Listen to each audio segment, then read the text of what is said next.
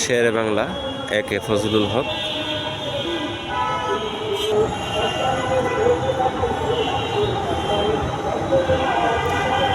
এটা হচ্ছে খাজা নাজিমুদ্দিন। এরা হচ্ছে আসলে বাংলাদেশের ঐতিহাসিক এক গুরুত্বপূর্ণ লোক ছিল তারা, সেজন্য তাদের সমাধি এভাবে করে রাখছে বাংলাদেশ সরকার। এটা হচ্ছে হোসেন শহীদ সোহরাওয়ার্দী সমাধি। আসলে বাংলাদেশ সরকার এগুলো গুরুত্বপূর্ণ, যারা এই দেশের স্বার্থে যারা লড়াই করে জীবন দিয়েছে তাদের সমাধি যেভাবে আল্লাহর অলির রওজা শরীফ হয়, এভাবেই তাদেরকে যারা শহীদগণ তাদেরকে এভাবে রেখে দেওয়া হয়েছে বাংলাদেশ সরকারের তরফ থেকে। মেট্রো রেল যাচ্ছে ওই যে। এটা আসলে 3 মিনিটের একটা ভিডিও করব। মাশাআল্লাহ, অসাধারণ পরিবেশ। আমার আপনাদের সম্মুখে আর একটা ভিডিও দেখাচ্ছি, যে ভিডিও এটা স্বাধীনের আগের থেকে এই মসজিদটা দেখেন অনেক পুরানো। এটা ব্রিটিশ আমলে তৈরি করা হয়েছে এই মসজিদটি। আপনারা আমি একটু জুম করে দেখাচ্ছি।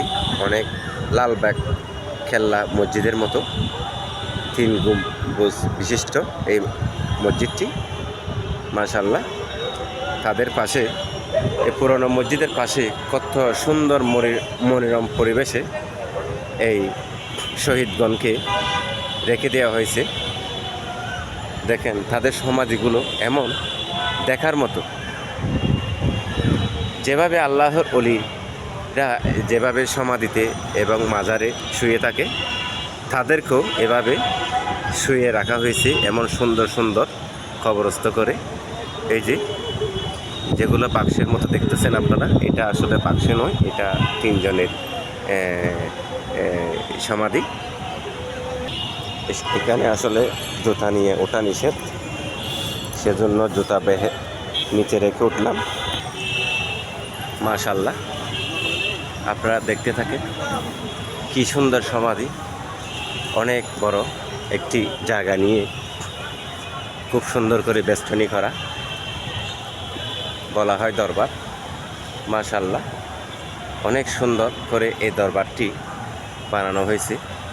যে সরকার এই দরবারটি বানিয়েছেন আসলে তাদেরকে ধন্যবাদ দেওয়া দরকার, যেহেতু এই দেশের জন্য যারা শহীদ হয়েছে তাদের প্রতি শ্রদ্ধা রেখে তাদেরকে এই মাজারে শায়িত করা হয়েছে। সেজন্য কি সুন্দর করে করে দেখেন আপনারা, দরবার করে এই সমাধিগুলো এখানে রাখা হয়েছে। তো যারা যারা আছেন তারা একবার হলো দেখে যায়, জিয়ারত করে যায়, কারণ তাদের জন্য আমাদের এই দেশ স্বাধীন। এই জন্য শহীদ হোসেন সোহরাওয়ার্দী, খাজা নাজিমুদ্দিন, শেরে বাংলা একে ফজলুল হক, তাদের এই সমাধি। ধন্যবাদ সবাইকে। আসসালামু আলাইকুম রহমতুল্লাহি ওয়া বারাকাতুহু।